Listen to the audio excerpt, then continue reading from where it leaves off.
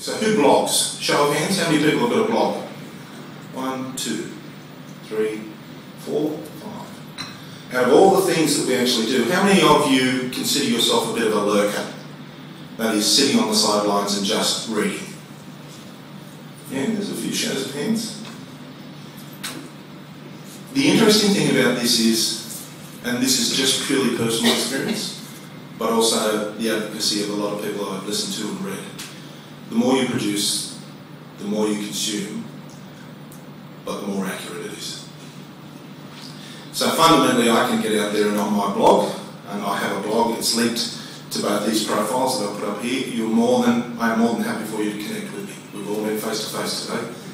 So I'm more than happy for you to connect with me, because I will have anything up to about, and Corey knows this, he probably gets sick of it hitting his inbox, but or hitting his LinkedIn profile, but there's anything between 10 and 20 tweets daily on research around learning development, KM, and a whole lot of matters along those lines. Prosumer, very, very, very important. You need to be active. It needs to be anthropological. You need to be participating in order to actually get this key, this trust. The tension, though, between that connection and that collaboration and how to balance it, that is the role of your content. That's one of the most important issues in supporting the networks in an Enterprise 2 organisation.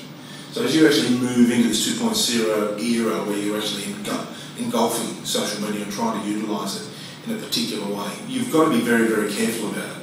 And there is a tension between what is collaboration and what is connection and what is trust.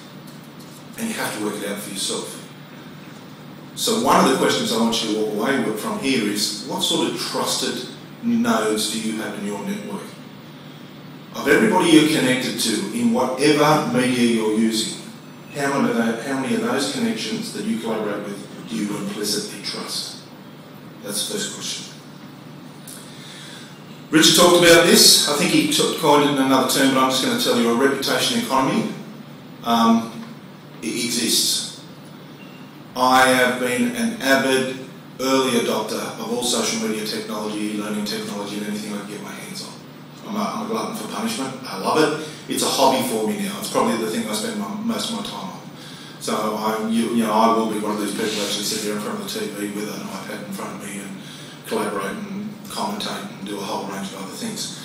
The interesting thing about the reputation economy and the way that things have gone from personal experience is I have not applied for a job since 1998.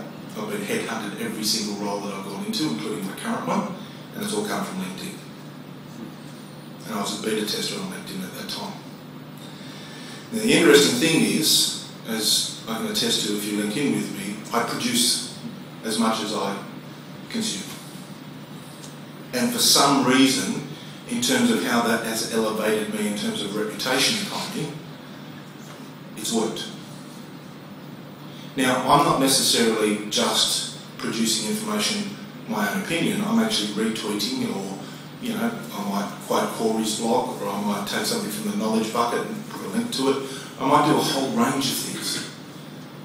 But it is part of that reputation economy, and it is something that people rely on me for now. If I stop tweeting for 2 or 3 days, I get dirty emails. Have you stopped? Are you actually not going to tweet anything anymore? Where are your links? So I now physically have to tell people when I'm away or when I'm going on holidays or what I'm doing, just to settle and calm their nerves and let them know I'll be back. It's okay, I'm coming back. Such is my role in terms of what that actually means.